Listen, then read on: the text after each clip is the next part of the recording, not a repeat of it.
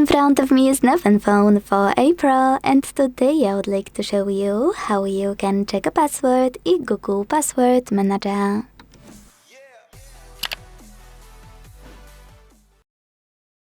First of all, you need to open Settings and scroll all the way down to click on this section called Passwords, Passkeys and Accounts.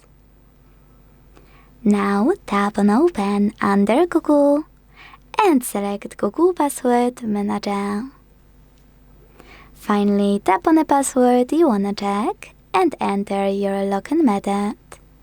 Then use this eye icon to make it visible, or if it's too long, hit Edit and check it here.